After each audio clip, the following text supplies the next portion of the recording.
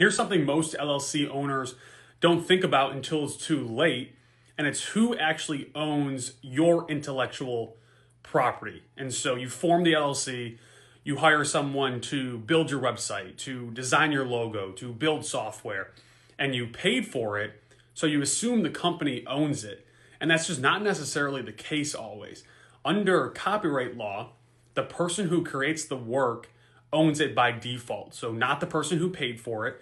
And independent contractors, which is what you use for a logo like that, don't automatically fall under work for hire. You need a written assignment of that IP.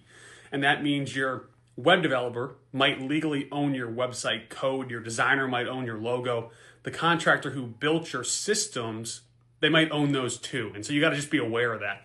And you won't find out until there's a dispute or you try to sell.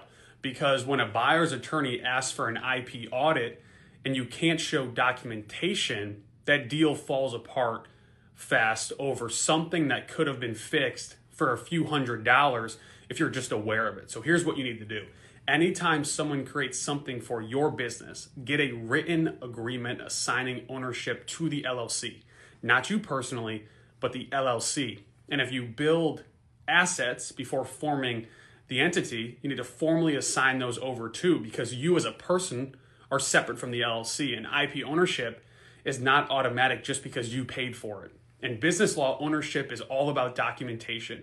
And if your LLC doesn't own its core assets on paper, that liability shield isn't protecting what you think it is.